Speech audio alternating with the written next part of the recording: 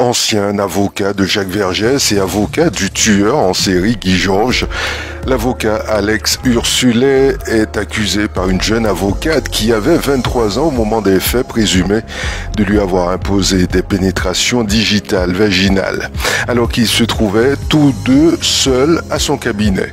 Elle effectuait alors un stage dans le cadre du cabinet parisien de Maître Ursulet, dans le cadre de sa formation. Selon l'agence France Presse, après cet épisode, elle avait mis fin à son stage.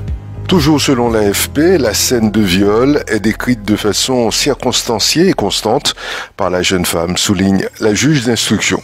Maître Ursulet avait été radié fin décembre 2019 du barreau de Paris par le Conseil de l'Ordre avant de faire appel de cette décision, ce qui lui permettait de continuer d'exercer. La Cour d'appel de Paris a décidé en 2022 d'attendre l'issue de la procédure pénale avant de se prononcer sur sa radiation du barreau. Drame à l'hôtel du Fleuve à Sinnamary. Les faits se sont produits en début de soirée, juste avant 20h, dans la piscine de l'hôtel. L'établissement qui sert de centre d'accueil de demandeurs d'asile. Un jeune garçon syrien de 3 ans, fils de parents demandeurs d'asile, n'a pas survécu à une noyade. Une fille de 5 ans se trouve également en réanimation au centre hospitalier de Kourou. En urgence absolue, celle-ci serait de nationalité marocaine. Le maire de Sinnamary, Michel-Ange Jérémy, sur place s'est dit consterné par ce drame. Appelant à la vigilance, les 2 enfants auraient été laissés sans surveillance. Une éclipse de soleil, alignement du soleil, de la lune et de terre sera visible ce samedi 14 octobre. Ainsi, il sera possible d'observer ce phénomène avec la plus grande précaution depuis le ciel de Martinique, de Guadeloupe ou encore de Guyane. L'éclipse solaire est un phénomène qui n'est pas rare, pourtant la dernière en date visible depuis le ciel des Antilles remonte au 21 août 2017. 6 ans plus tard, ce spectacle à désastre sera visible cet après-midi depuis la Martinique, la Guadeloupe et la Guyane. Dans notre département, l'éclipse solaire commencera à 14h47 et se terminera à 17h36 avec une obscuration plus longue qu'aux Antilles.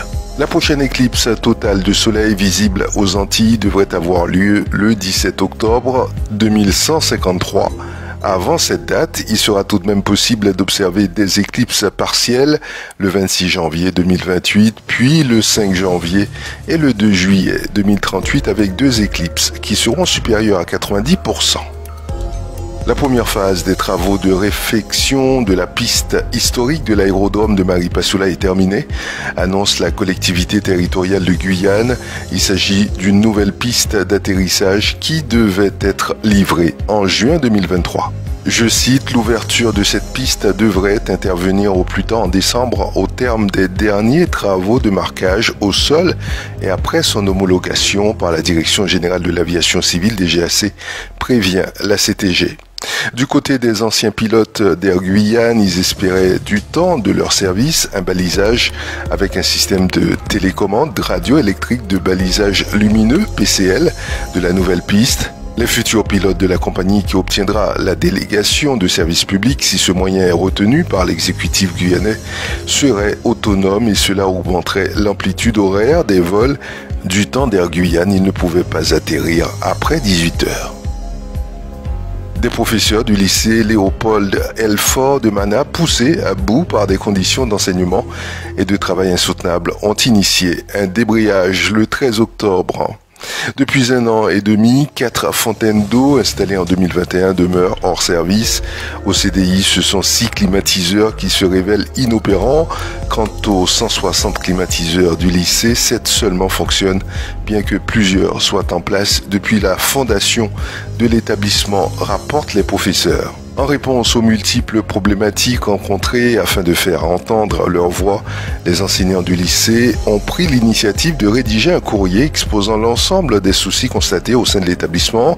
Ce courrier, préparé en fin de matinée ce vendredi, sera adressé au rectorat ainsi qu'à la collectivité territoriale de Guyane au début de la semaine prochaine, marquant ainsi une volonté formelle d'échange et de résolution avec les autorités compétentes en matière éducative et territoriale.